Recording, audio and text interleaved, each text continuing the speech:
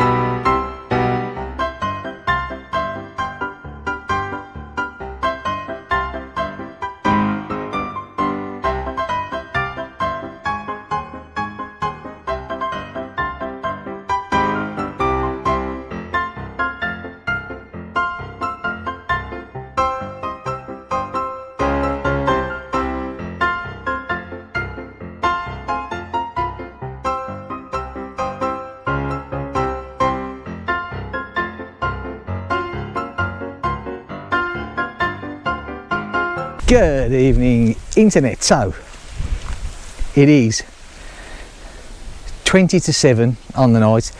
We've been dodging. We didn't start till after dinner.